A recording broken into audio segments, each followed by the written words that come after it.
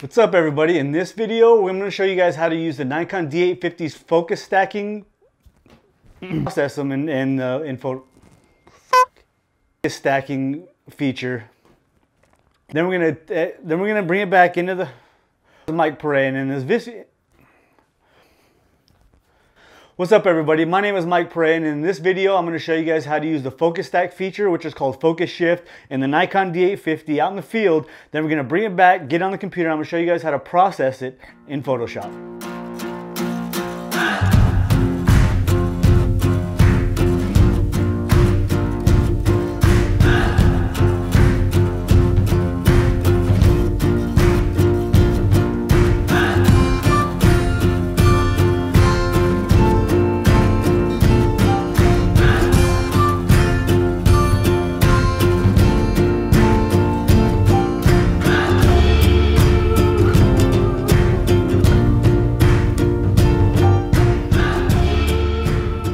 Guys, I've been hiking around here for about an hour trying to find a good spot.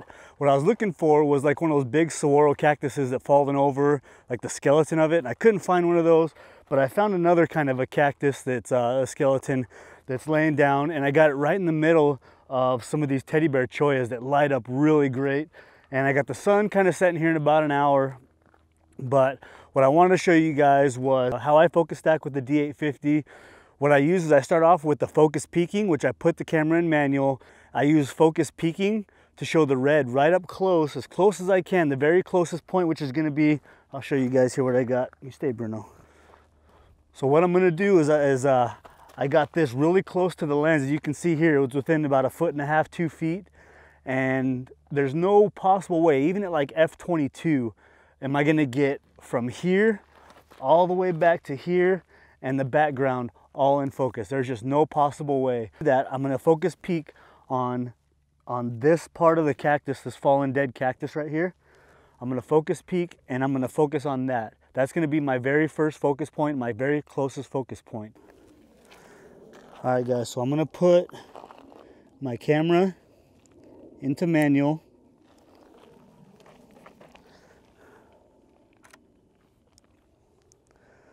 Then I already have focus peaking enabled. So what you see here in red is everything in focus. If you've never used focus peaking before, it's more of a mirrorless feature that's new on the Nikon D850. So what I'm going to do is I'm going to shift focus until everything close is in focus. So I'm going to put it, I got it right now set at f5.6. Now the reason why I have it set at f5.6, that's the sharpest aperture this lens is going to have. Now when you do landscape photography, you want it at like f8 or f11 for everything to be in focus, but the sharpest at the focus point is at about f5.6 or f6.3. So I'm going to have it at f5.6 for the focus stacking. So what I have here, as you guys can see, is everything in red is in focus.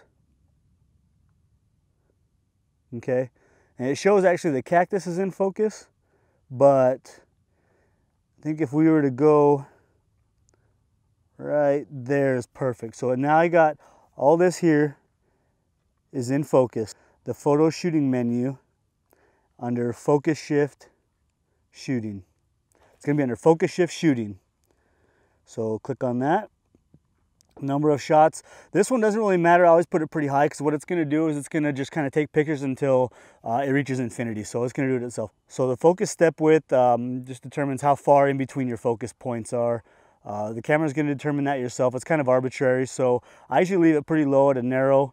2 is pretty good. Interval until next shot, that's 1 second. So that way, you know, if your camera's moving or, you know, the shutter's causing any kind of vibration. So I got 1 second. I leave exposure smoothing off and silent photography is on. That way it locks the mirror up. That way there is no shutter. Now I'll put the camera back into, don't forget to put the camera back into autofocus. One thing too is you cannot have your camera in timer mode, the self timer mode. You have to have it in quiet or anything else. So I'm going to put mine in just single shot, and now we should be ready to go. It's going to light up and just go ahead and hit start, and it's going to go ahead and take the pictures for you. So as you can see, it's taking pictures and racking focus. You guys can see that. And that's done. All right, so the camera just took 9 shots. It did it all by itself, so it took 9 shots, so focused, and it racked focus every time. And what it does is it puts it into a separate folder than everything else. So I'm gonna go ahead and take some other pictures while I'm here, and then we're gonna head back to the computer. I'm gonna show you guys how to organize it. Then I'm gonna show you in Photoshop how to combine those focus stacked images. I'm gonna open it up here, and you can see here now there's 2 separate file folders. This one right here is actually for your focus stack. It doesn't say it on there, obviously, it just has a number. But I also took a bunch of other pictures you guys can see here that I'll show you guys here in a second. So when I imported them into Lightroom, it's one of my other pictures I took that night. I actually had a crazy sky, as you guys can see. Look at all this stuff. So anyway, over here on the left hand side, if you guys can see, I imported it into a folder called Focus Stack. And you guys can see here I got 6, 7 pictures here. So this picture here is the one that I showed you guys I was going to take at f18. You guys see over here f18 up on the top right. And I wanted to zoom in to show you guys just real quick. At f18, all right, so at f18 you guys can see it feels like it's just slightly soft.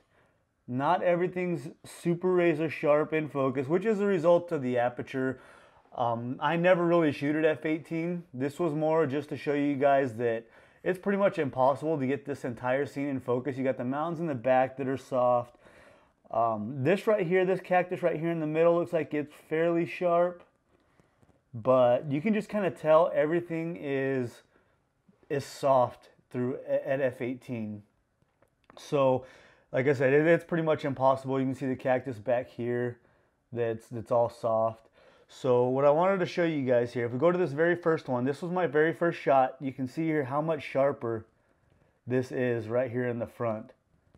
Let this load again. Now you can see here how much sharper this is right at the front, but as soon as we get to about right here, you can see it starting to get soft. This was a shot at f5.6. This was, like I said, the first shot of my focus stack. So as I go, now you can see here the next photo. You can see all this is sharp in here. Looks actually really nice. You can see now everything here is starting to get really sharp. And let's go to the next one. And we're getting closer. So now we got these cactuses here that are in focus. You can see all this here and here in focus. I already did some slight editing to it just so we can get going. I don't want you guys to, but you can see here, every picture, it zooms in just a little bit. So every picture is zoomed in. That's a product of, or that's a result of when the focus racks like that. When the focus keeps shifting, it actually zooms in a little bit. So we're going to take care of that in Photoshop. So what we do is we hold Shift, make sure we select all the photos, go up to Edit In, and Open as Layers in Photoshop. All right, so if you guys look over here, each time it changes focus, it zooms in just a little bit. So what I'm going to do here is we got to align all the photos. So I'm going to hold Shift, select everything, go up here to Edit, and Auto Align Layers, and just leave it on auto. So what that does is it's going to align everything. It's going to zoom in, it's going to distort, whatever it's got to do, and Photoshop will align it. It usually does a pretty good job of aligning the layers itself. So we'll see how it goes. All right, so this is all done now. We can check it, and if we look now, Photoshop did a pretty good job. Nothing really moves. So I think we're okay. Sometimes it doesn't do a great job. Now this next step is pretty important. What I want to do is I'm going to drag all this down. I'm going to create copies. Okay, and then I'm going to turn these off. This, I'll show you why I'm going to do this later. So now these are all highlighted. These are all showing. What I want to do here is go to Edit, Auto Blend Layers. And we're not doing a panorama. What we want to do is stack images. And you can see here it kind of shows your depth of field. So what this is doing is it's taking all the pixels of every layer and finding the sharpest one that's going to combine them all into one photo. So we're going to leave seamless tones and colors checked and content aware fill transparent areas checked. So go ahead and hit OK. And we're gonna wait for it a few minutes. I'll go ahead and speed this up while it does its job, and we'll be back in a second. All right, so what it did was, you can see here, it put a black mask on each one of these layers and then just used the white on everything that was in focus. You guys can see here the mask they used. So if we go back, you can see it used just this part of this photo, then it used a little bit more of the next photo, and then a little bit more. You guys can see here, I'll click on the mask, you guys can see what it's actually doing, and then it used everything up here. So that's how it works in Photoshop. We'll see how it actually did. So let's go ahead and zoom in a little bit. And so far it looks like everything is in really good focus. I'm not worried too much about this edging over here because we're gonna, normally I would just either clone that out or just crop it. So the edges, it usually does that. I'm not really worried about that. You can see how it's kind of blurred here on the side. But what I am paying attention to is these edges right here. You can see where Photoshop kind of messed up. And that's usually what happens. You'll find that with like long blades of grass with something in the far background. You'll see it kind of blurry because Photoshop has a hard time kind of telling the difference between, you know, when it's got something in the foreground and then something very far, you know, real far in the background. So cactus needles I've done before, and they are a big pain. So you can see there, it does some weird stuff here. So that's why I made the copies of those layers. So what I'm gonna do, I'm gonna check here real quick. Everything else looks pretty good. It actually did a really good job and actually really sharp. You guys can see here, I'm zoomed into 200%. Now I'm at 300%. You guys can see it did a really good job on the edges. Back here, it's got a little weirdness where it's not really sharp, but I'm not overly concerned with that. Like I said, I'm at 300%. So back here, it's a little soft, I would say. And it did some weird stuff over here on the edge. But overall, it did a pretty good job. It looks pretty good, except for this weird edging over here. So we're going to work with that here in just a second. So let's zoom back out. And okay, so now I want to show you guys why I made these copies. So I'm going to turn these off, and I'm going to turn this one on. So this one was sharp up here, so I'm not going to use these ones. So what I'm going to do is I'm going to go down to this one here. This one here is sharp in the background. This is the one I'm wanting to use. So yeah, this one looks pretty good. All right, we'll use this one. So what I'm going to do is zoom back out. And I'm going to take this and I'm going to delete these ones that I don't need right here that I'm not going to use anymore. So I wouldn't necessarily just start deleting them like that, but I know I'm not going to use those. So what I'm doing is I'm going to take this layer and I'm going to put it up on top. Or try to put it up on top here. So I'm going to turn all these back on, and I'm going to make sure I put this on the very top. I'm going to put a white mask on it. Put a white mask on it. And then I'm going to get a black brush, and I'm going to try this by hand. So actually I'm going to put this, sorry, let's redo this. Delete. All right, so I'm going to put this underneath that top layer. Okay? So as you guys can see, this is the merge layer, the finished product of what we were talking about. And this is where we had that weird issue right here. So what I'm going to do is I'm going to put a white mask on it, so everything's showing, and with a black brush at 100%, I'm going to try this by hand at first and see if we can do it like this, and I should be able to, as long as I don't start touching these. As soon as I start hitting these leaves here, or these, as soon as I start hitting these thorns here, it's going to start getting kind of weird. So what I'm going to do is this, and what this is doing, what this black brush is doing, if you're not familiar with it, is with the white showing, it's showing everything on this layer. Now when I paint with a black brush on it, it's going to reveal the layer underneath, which is that layer with the focus and the background, the one I want to use. So now when I start painting on here, you're going to see how it starts, you're going to see how it starts to kind of clean this up. It's starting to get a little bit better. You can see it starting to get in focus. But you can start to get too close here, and you're going to start getting some weird stuff around these needles. So I don't want to do that. And actually, I want to change the I want the hardness to 100. That way, it's not bleeding over into those needles. So you guys can see here now, I'm starting to get a little bit sharper here.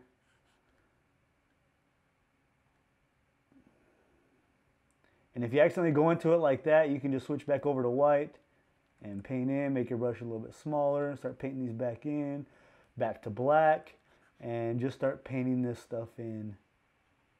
You can see here it's starting to clean up a little bit. Because Photoshop, honestly, as much as I've done the focus stacking, Photoshop very rarely gets it perfect. It's, especially in situations like this, it can be pretty difficult, and it can be absolutely infuriating for you trying to see it's starting to.